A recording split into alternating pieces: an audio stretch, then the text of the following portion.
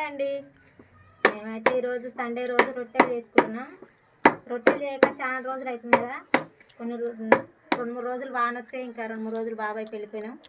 ఈరోజు Sunday special అయితే మా రొట్టెలు చేతి మీద వేయరాదని చెప్పినా కదా, మూత మీద వేస్తున్నాను అయితే.